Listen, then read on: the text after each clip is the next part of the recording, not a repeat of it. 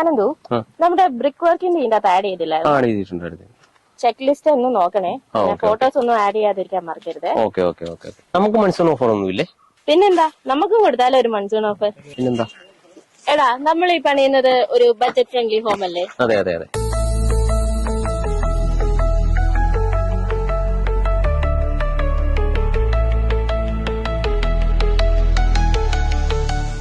നമുക്ക് അത് തന്നെ ആക്കിയാലോ നമ്മുടെ മൺസൂൺ ഓഫർ. പിന്നെന്താ. ഓക്കെ.